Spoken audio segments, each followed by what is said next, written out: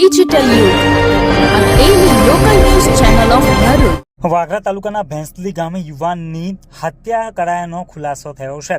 PM રિપોર્ટમાં ગરુ દબાવ્યું હોવાનું ખુલતા પંથકમાં ચકચાર મચી જવા પામી છે. વાગરા તાલુકાના દહેજ નજીક આવેલા ભેંસલી ગામની સીમમાં મોડર્ન કંપની પાસે અવાવરૂ જગ્યામાંથી સપ્ટેમ્બર મહિનામાં એક યુવાનનો મૃતદેહ મળી આવ્યો હતો.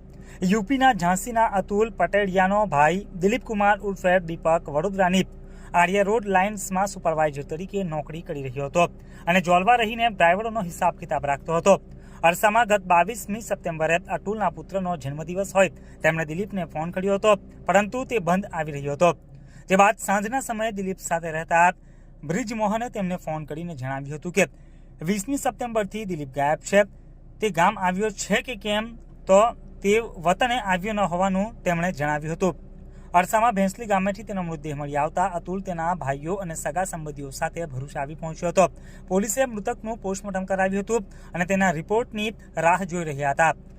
તો બીજી તરફ પોલીસ તપાસમાં મૃતક દિલીપ ઉર્ફ દીપકના એકાઉન્ટમાંથી રૂપિયા ઉપાડ્યા હોવાનું માલુમ પડતા પરિવારજનોને પૂછતા તેમણે કોઈ રૂપિયા ઉપાડ્યા ન હોવાનું તેમજ આર્યા ટ્રાન્સપોર્ટમાં ડ્રાઇવિંગ કરતા શાહનવાજ ઉર્ફે ખરશીદ ઉર્ફે સાહિલ તેમજ સોહેલ અહેમદ પ્રતાપગઢ સાથે રૂપિયાની લેવડ દેવડમાં વિવાદ થયો હોવાનું માલુમ પડ્યું હતું.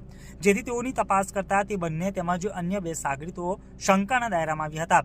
અરસામાં પોસ્ટમોર્ટમ રિપોર્ટ આવતા તેમાં મૃતકનું ગળું દબાવી છાતીને કોઈ રીતે દબાવી તેની હત્યા કરી હોવાનું જણાવ્યું હતું. જેથી પોલીસે ચારેય શકમંદો શાહનવાજ ઉર્ફે ખુરશીદ ઉર્ફે સાહિલ, સોહેલ અહેમદ, મોહમ્મદ હદીસ તેમજ મોહમ્મદ અનસ સામે હત્યાનો ગુનો નોંધી તપાસ હાથ ધરી છે. મૃતકના કાર્ડથી અલગ અલગ એટીએમમાંથી રૂપિયા ઉપાડ્યા. મૃતક દિલીપ ઉર્ફે દીપક સાથે શાહનવાજ અને સોહેલને રૂપિયાની લેતી દેતીની તકરાર થઈ હોવાનું માલુમ પડતા તેઓ શંકાના દાયરામાં આવ્યા હતા. તો બીજી તરફ મૃતકના કાર્ડથી અલગ અલગ એટીએમમાંથી રૂપિયા ઉપાડ્યા હોય પોલીસે તે એટીએમના સીસીટીવી ફૂટેજ તપાસતા રૂપિયા ઉપાડવામાં આ 4 જણાની સંડોવણી હોવાનું પણ જાણવા મળી રહ્યું છે.